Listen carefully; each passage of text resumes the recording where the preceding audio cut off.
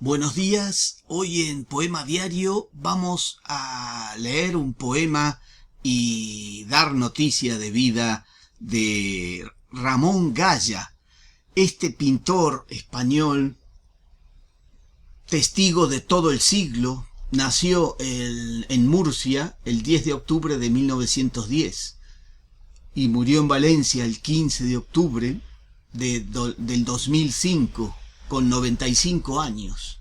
En su larga vida fue pintor y escritor y poeta español.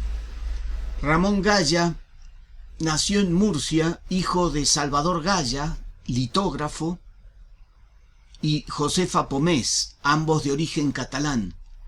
Su padre, Salvador Gaya, había venido a Murcia para participar en la instalación de una litografía y aquí se quedó en Murcia. Sus inicios, los inicios de Ramón, fueron en pintura con Pedro Flores y Luis Garay, amigos de su padre, pintores. Abandonó la escuela casi de niño para dedicarse a la pintura. Completará su formación con los libros de la biblioteca de su padre. Su padre, amante de los libros, como buen litógrafo, tenía una hermosa biblioteca donde el Ramón Gaya leyó a Tolstoy, a Nietzsche, a Galdós, que fueron su formación de la infancia o de la primera juventud. Gracias a una beca de estudios que le concede el Ayuntamiento de Murcia, a los 17 años va a Madrid, visita el Museo del Prado y conoce a Juan Ramón Jiménez y a casi toda la generación del 27. Estamos hablando de 1927, porque él nació en 1910. Por lo tanto, con 17 años, jovencísimo, se codea y se reúne y aprende de ellos, de todo el grupo de Madrid del 27. Poco después se marcha a París justamente con los pintores amigos de su padre, Pedro Flores y Luis Garay. Con ellos se expone en la galería Aux Quatre Chemins de París. A pesar del éxito de la exposición y de lo atractivo de la vida parisina, Ramón Gaya decide regresar en agosto del 28. Muere su madre en Murcia. Él ya estaba en Murcia. En octubre marcha a Altea y continúa con su gran vocación de la pintura. Con la Segunda República lo vemos trabajando en las misiones pedagógicas, las famosas misiones pedagógicas que llevaban la cultura a los pueblos para tratar de revertir la situación de miseria intelectual y física también que vivían los pueblos abandonados por la monarquía. La República realizó una amplia labor. Llevaban camiones con copias de las obras del Museo del Prado por los pueblos, y ahí se lo ve a Ramón Gaya explicando a los paisanos el arte que traían en los camiones con esas copias de los famosos pintores del Museo del Prado. En el 36 se casa con Fe Sanz. Apenas semanas después se declara la guerra, la sublevación de las fuerzas fascistas de Franco, y él inmediatamente forma parte de la Alianza de Intelectuales Antifascistas. En Valencia, en el 37, nace su única hija, Alicia Gaya, y Ramón Gaya participa en la fundación de la revista Hora de España, esta famosa revista de la cual hablamos ya con otros autores. De esta revista es miembro del Consejo de Redacción y será él el único viñetista, el único dibujante que tenía la revista. Aquí tenemos a Ramón Gaya, tenemos algunas obras de él que las vamos a poner. Este es el cartel que realizó para el segundo Congreso Internacional de Escritores de Valencia en 1937. Tenemos cuadros posteriores para ver un poco el estilo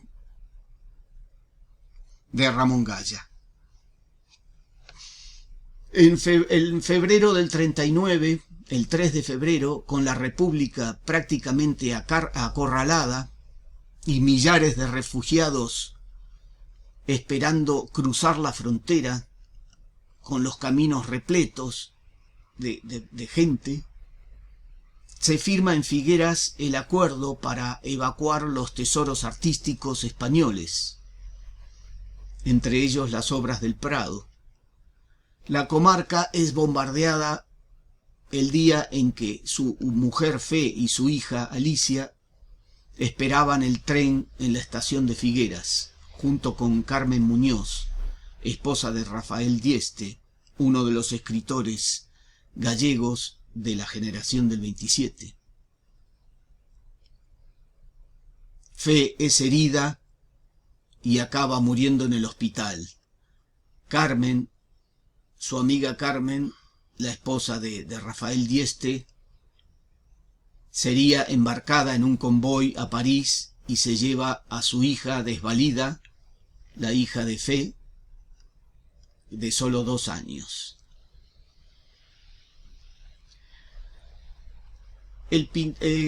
Mientras tanto, Ramón Gaya estaba intentando cruzar la frontera. No se entera de esta desgracia hasta después, cuando está en el Coll d'Arès, recluido en los campos de refugiados de Francia. Más de 60.000 españoles estaban en esa condición, allí cerca al sur de Perpiñán. El pintor Cristóbal Hall y su mujer, Trinita Yap, a los que había conocido en Murcia, se harían cargo de la pequeña Gaya, de Alicia Gaya, su hijita. Como todos los exiliados, Gaya no sabía qué iba a hacer de su vida. Meses después, por suerte, se embarca en el Sinaya, el barco fletado por el gobierno mexicano, camino de México, en junio del 39, junto con más de 1.500 exiliados en ese barco. Allí permanecerá en México hasta el 52. Luego vuelve por Europa, reside en Roma. En Roma la ve a María Zambrano, su gran amiga, que le abre las puertas de la intelectualidad y de los amigos en Roma. En 1960, en el 66, conoce a Isabel Verdejo en Valencia, con quien se casará más tarde. Su presencia en España es habitual por las exposiciones y por los agasajos de sus amigos murcianos en 1980, por ejemplo. En el 85, el Ministerio de Cultura le concede la Medalla de Oro al Mérito en las Bellas Artes. Se realizan exposiciones de sus obras. En el 97 se le concede el Premio Nacional de Artes Plásticas. Así lo vemos en su larga vida a Ramón Gaya, que muere en Valencia el 15 de octubre del 2005. Una vida impresionante, con 95 años. Vamos a leer un poema de Ramón Gaya citado de la antología Selección y prólogo de Andrés Trapiello. Esta antología de sus escritos está asentada en la biblioteca virtual Miguel de Cervantes, que yo la consulto continuadamente, de la Universidad de Alicante, cervantesvirtual.com. El poema de Ramón Gaya se titula De pintor a pintor. Es de 1978 y tiene como epígrafe una frase de Tiziano: el atardecer es la hora de la pintura. Y dice así: